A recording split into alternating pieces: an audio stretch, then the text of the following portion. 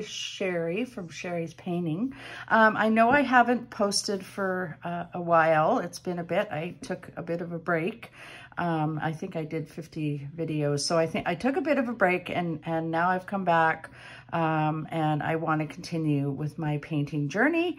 And if you want to follow along with me, that would be fantastic. So today though, I think I'm going to go back to the original sort of video that I did where I showed some of my journaling, and also just to let you guys know, you know, I wasn't born to be able to draw and paint. I taught myself, and you know, because it's something that I'm interested in, it's something I'm passionate about, and it was really important to me to be able to express my thoughts, feelings, pictures, whatever on paper.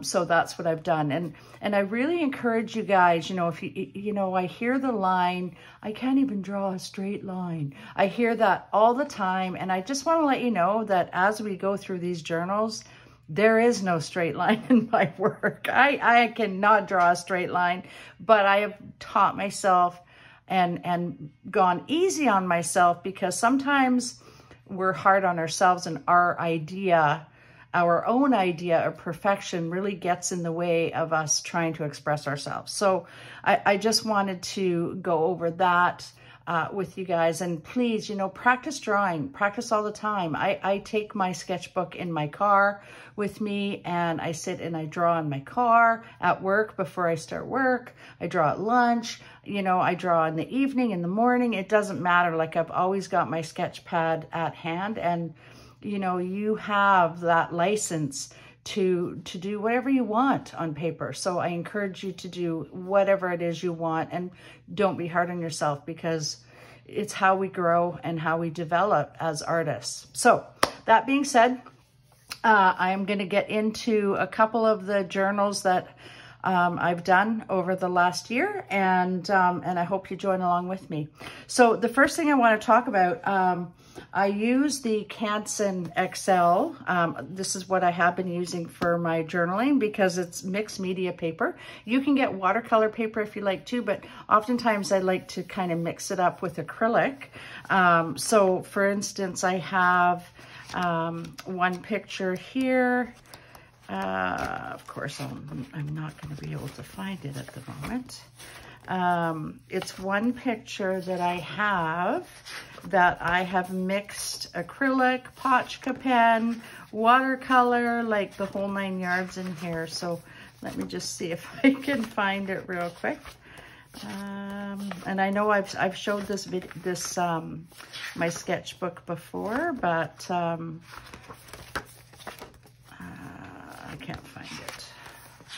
Anyway, it's of a eagle or a hawk that was visiting my yard, and it's really a beautiful picture. But anyway, you get my point. You can use all kinds of mixed media in there, and you know, if you're going on a trip or whatever, you know, you can put all of that in there. Like, I went to Salt Spring Island with a friend of mine. So I drew the picture in really quickly and then went home and painted it. And, you know, and it works out lovely. And I use watercolor pencils as well. Can use those on location. Just take the gray one with you, and that way you have a sketch. You can color it in if you want. You can fill it in. It's pretty compact and easy to bring with you. So you know, so that was the one I went through last year. So I'm not going to go through that again. This sketchbook here, I didn't really want the blue cover. So I thought, oh, well, I'm going to, you know, do my own little sketch and then paint it. So that's what I did. I painted it myself on this cover so I could make it a little bit more of my own.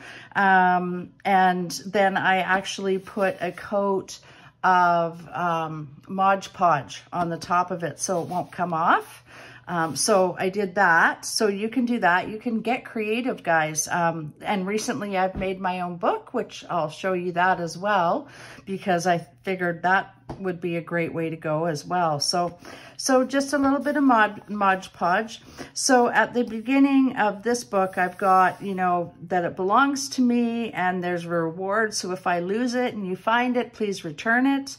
Make it your own if you want, but I do encourage you to do this because it's just so much fun.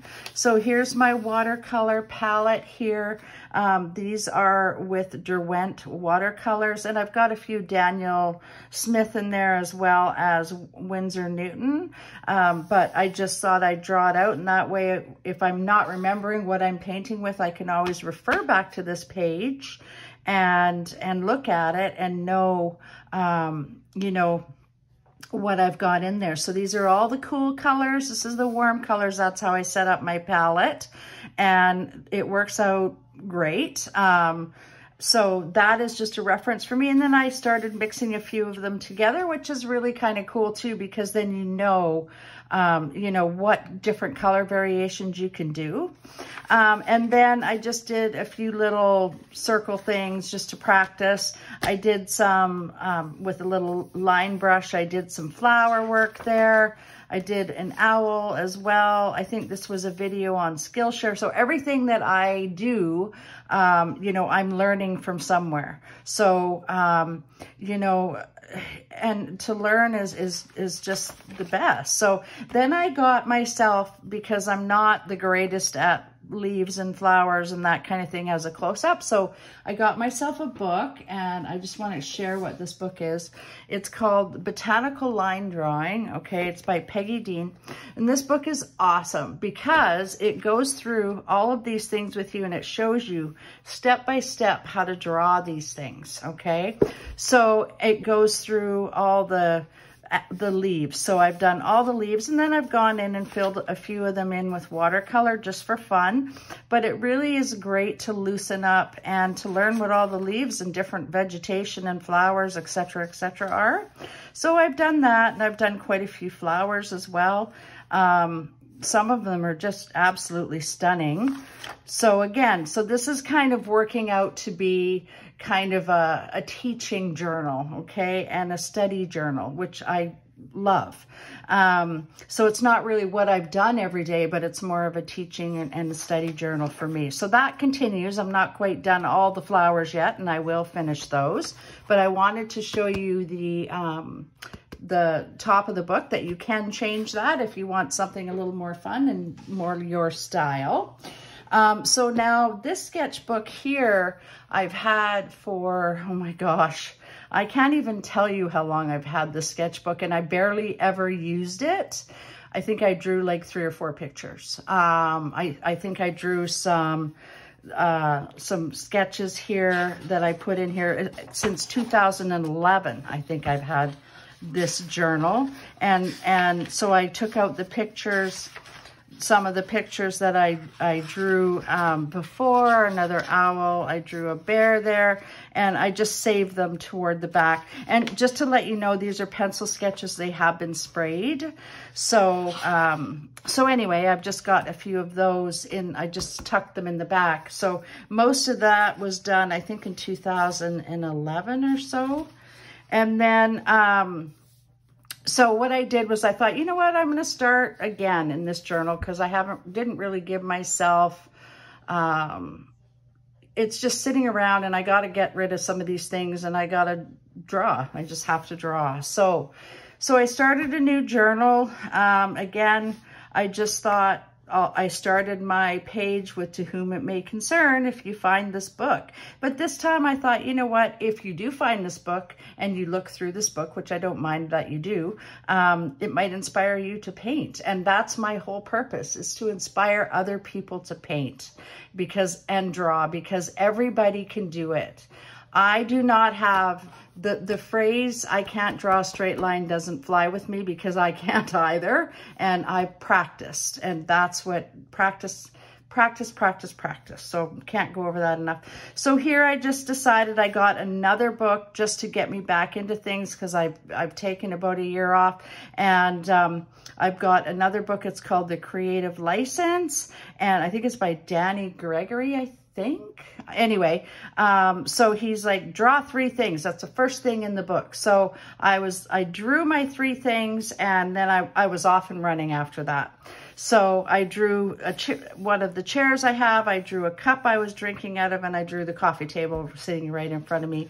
And that just pretty much got me going again. And sometimes that's all you need. And then I drew my TV stand. It was the US Open. That was this year. And so I was watching that. So I drew it right on the screen as well on my paper. I also drew my stuff that is by my fireplace, as well as my coffee table, and I realized how much stuff I actually had on my coffee table. But, you know, I mean, if that stuff wasn't on there, I wouldn't have been able to draw it. So that's how I look at it. So I drew that as well, and it turned out kind of cool.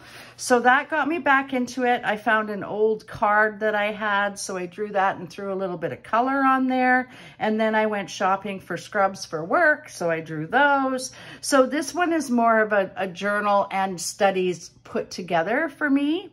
I broke my arm over a year ago and have not been able to play guitar, which I played every day for 20 years or more, and so I learned how to play keyboard. So now keyboard is really important to me, and I bought this for $50 off Facebook Marketplace, and I've had it now for a year, and I absolutely love it. So I thought it needed a place in my journal as well. So then you get the saying, the back of your hand. I know things like the back of my hand. So how well do you know the back of your hand? That's my question. So what I would like you guys to do is draw the back of your hand, and, you know, just draw it. Don't even, just draw it, because it will be, it's really cool, and it'll teach you that not all lines are straight, and that everything is like that for a reason. So this is the hand that I broke. I broke my wrist, and so I have all these extra added lines in there from swelling and then going back down. So I did draw the back of my hand, so I know the back of my hand very well. Then I went into, this is where I used to live in Grand Prairie, and this was looking through the window in my mom's room. So I wrote all that down. I was feeling very nostalgic that day. Then I got some new cool little pens, and then my favorite drink is a A&W Diet Root Beer, so I thought I'd draw it, as well as my little all sorts, so I drew those. My girlfriend went to Africa, and I am planning on going there in 2023. So she had sent me some pictures, so I just did a few little thumbnail sketches. They're not very good, and I'm not good at drawing people, just to let you all know that, in case you thought I was. Queen Elizabeth passed away on September 8th, so I drew a picture of her, and again, it's not a great likeness. Animals, feet. Okay, these are my new slippers I got. This is just an eagle that I drew, and, you know, I colored in just a little bit of watercolor in that, just to show, you know, a few little spots here and there. So again, anything can go in your journal. This is my table. I had a bunch of little bags sitting out on the table, and then of course we're into fall, so I did some corn and some pumpkins. Then I also did a map of the first house I lived in Grand Prairie, just for fun. And this will be great to hand on to my son. And then again, another place, and then West Coast, Best Coast. So I just love that. We've got the orcas here. It's so beautiful. We're so blessed to live here. And then I put the Haida Gwaii symbol here, as well as a totem pole that's out at the airport. So the native art here is absolutely stunning. So just to let you all know. And then I drew some things from my closet. Like, you can draw from anything and anywhere. Open up your cupboards and draw what's in your cupboard. Really, really easy. And look out every window in your house and draw the scene from your window. And, you know, there's so many things that you can draw. There's so many ideas that you can come up with. So here I went out for dinner to the Log House Pub here in Victoria. And I'm in Victoria, BC. And I went out with my son and his girlfriend. So I drew a little bit of that. This was a few little pictures of the Queen's funeral. Nothing is perfect here. You see, they're all just, nothing is perfect. So don't be hard on yourself. Again, I drew what I ate that day. So just weird things like that. Fall equinox was there. Drew a little pretty flower wreath. Again, a cart with some flowers. And then I just drew an old building that I thought was really cool. Just some little shapes. So you get what I'm talking about. It's just, you know, do whatever's in your heart. I drew a big wave. I was feeling a bit stormy that day. So I drew this big, huge wave, and then I added a bit of color to it. And then once I was done that, I felt more calm. So then it was free, loose, and then calmness at the bottom. So I really encourage you guys to do this. I did some doodling here. I did some doodling here. Just little thumbnail sketches. And then Truth and Reconciliation Day, I had to do a little painting for that. This was a walk that I started with a girlfriend from work. And we have little libraries everywhere. So I drew the little library. And I drew some sunflowers, some apples, some pumpkins. This is my son and myself and his girlfriend went out for lunch one day. And I thought I'd draw it. And, you know, I was going to actually glue in my parking pass inside the book. And then I thought, no, I'm going to draw it. So anything you can, you know, just draw. Here, this is a farm I drive by every day on my way to work, and they have a wonderful pumpkin patch in there. So on I took a photo, and then when I was at work waiting to go in, I drew the picture in my car. So, I mean, just things like that. Then I practiced bookmarks. I made a whole bunch of bookmarks. Some of my stuff is ridiculous, but whatever, I don't care. It's still in my journal. So I love it. It's just different ideas. This was craft day on Thanksgiving. My son and his girlfriend came over and we did crafts all day. I did a little study on robins. I think that was from Skillshare as well. And then I did a study on Highland cows. So I love Highland cows, and I just felt like I needed to draw them because they're so goofy looking and I love them. And then I did some little doodles about certain things in my life, which turned out really neat. I did a little sketch there. And then there was a cat in my backyard, and I have a bird feeder, and that inspired that whole little page. I did some other little urban sketchings too. I've learned from a few things. If you guys don't have Skillshare, you should definitely check it out because it teaches you a lot of stuff. So a lot of this was little thumbnails that I learned to sketch these people so I can have, because I'm not very good at drawing people. So this is right up my alley.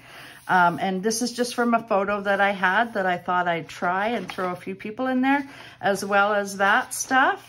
And then I'm just, again, doing thumbnail sketches, practicing the trucks and the lamp posts, and the people walking their dogs, and the buses and the Jeeps.